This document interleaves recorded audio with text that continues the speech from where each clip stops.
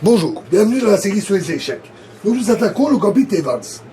E4, E5, cavalier F3, cavalier C6, c'est toujours dans le Gyokop piano, et là c'est B4. Alors, ce gambit qui a été mis au point par le fort joueur anglais Evans en 1824, donc c'est pas récent, a pour but de gagner un temps par un gambit, donc en sacrifiant un pion, par C3 suivi de D4, afin d'obtenir une belle avance de développement et une grande liberté de manœuvre. Ce gambit a eu un énorme succès au XIXe siècle. Il a été énormément joué. Un succès certainement comparable au gambit de la dame actuelle, qui est énormément joué, qui est sans doute l'ouverture la plus jouée. Et donc, plus joué actuellement. Donc, ce gambit a eu une très très grande importance. Donc, il est bien connu et, comme je l'ai dit, il peut parfois se rencontrer. Alors, il est devenu rare, hein, il est devenu très rare, mais à l'occasion ou l'autre, ça arrive qu'on le croise. Son déclin est dû à Lasker. Lasker qui a neutralisé littéralement ce gambit, l'a neutralisé sans vraiment le réfuter. Donc, ce gambit est considéré comme, non, ne donnant pas un énorme avantage aux Blancs, ne donnant pas d'avantage aux Blancs, mais qui n'est pas non plus un mauvais coup. Donc, il reste un coup éventuellement jouable, surtout si votre adversaire ne le connaît pas. Mais au moins les Noirs peuvent obtenir l'égalité. Et cela souvent suffit au déclin. Parce que les grands joueurs, les plus grands joueurs, cherchent constamment des améliorations d'ouverture pour essayer d'obtenir l'avantage. Quelque chose qui égalise ne les intéresse pas trop. Alors, la bonne réplique pour accepter le gambit, c'est fou prend B4. Parce que sur cavalier prend B4, les blancs jouent C3, et après cavalier C6, obligé de revenir à sa case, ils jouent D4. Et ils ont atteint leur objectif. Donc, ça donne un jeu bien favorable aux blancs. Donc, il est mieux de ne pas reprendre avec le cavalier. On peut aussi refuser le gambit. Nous verrons cela après. Ici, on va dire, il accepte. Avec le fou, c'est le mieux. Donc là, il joue quand même C3, bien entendu, ce qui fait que le fou est quand même obligé de se retirer.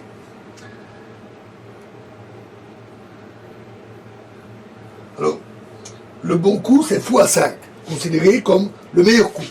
Un très bon coup, qui est la meilleure retraite pour le fou. Parce que sur fou C5, les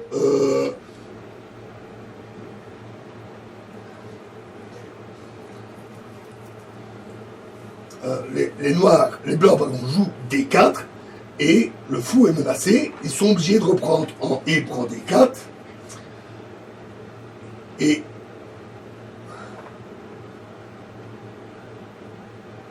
à ce moment-là, les blancs roquent. Ce qui leur donne un jeu très fort. Ici, la bonne réplique, c'est D6. C prend D4. On reprend le pion. Il y a toujours un pion de sacrifié. Fou B6. Le fou est à nouveau attaqué. Cavalier C3. Et en échange du pion qu'ils ont sacrifié, les blancs ont une très nette supériorité au centre. Avec possibilité sur... avec x5, les choses se passent différemment. Remettons tout convenablement. Ce sera plus rapide.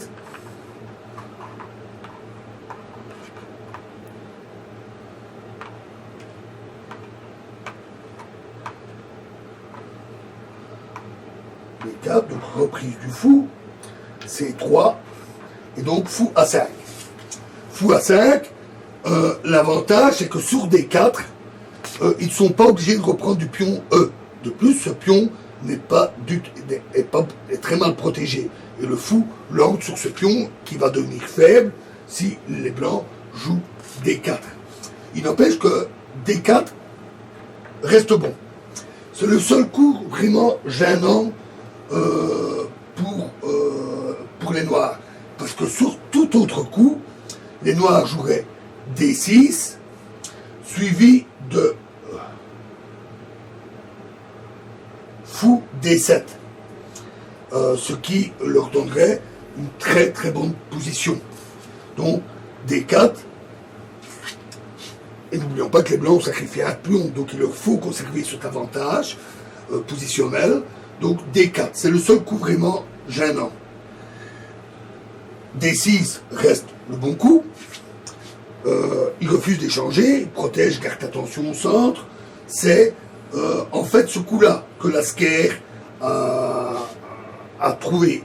Il préfère rendre le pion qui a été sacrifié par le gambit pour avoir une bonne finale. Par exemple, sur D prend E5, D prend E5, Dame prend D8, échec, Cavalier prend D8, du cavalier pas du roi, hein, pour ne pas être déroqué, Cavalier prend E5. Et voilà, les blancs ont regagné leur pion. Mais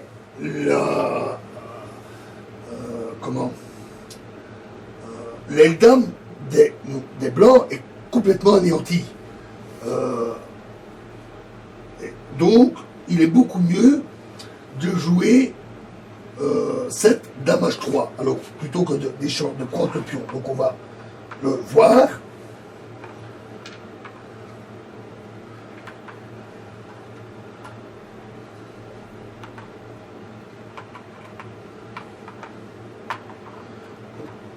On joue les coups d'ouverture, c'est simple, le gambit, donc on reprend du fou, 4, fou A5, donc le meilleur, D4, et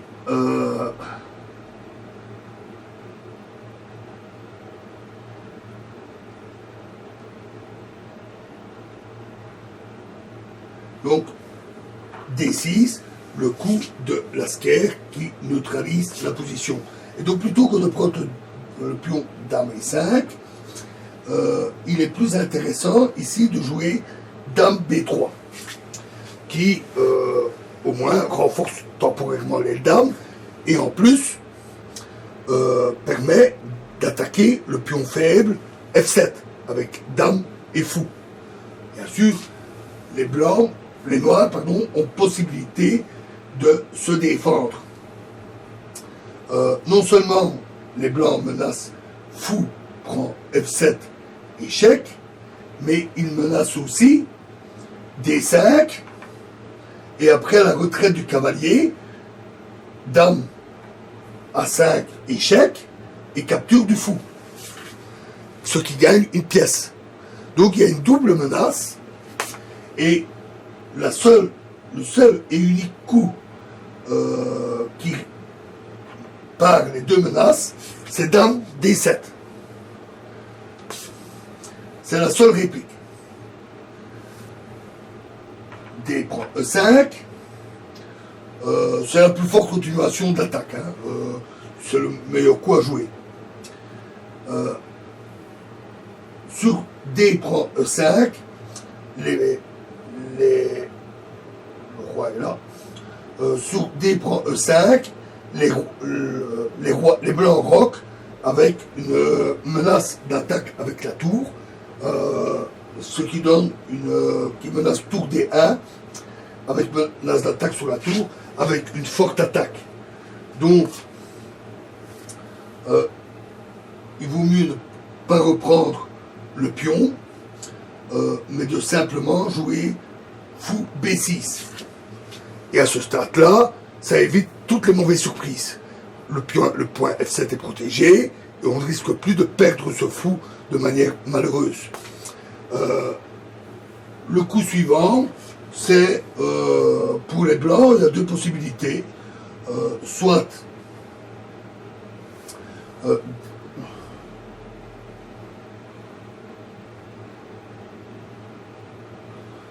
E prend D6, c'est possible, ou alors encore Roc. Et là, on peut jouer le D prend E5, avec le tour D1 n'est plus menaçant, la dame peut se retirer facilement, sans risque, avec, dans les deux cas, un jeu plutôt égal.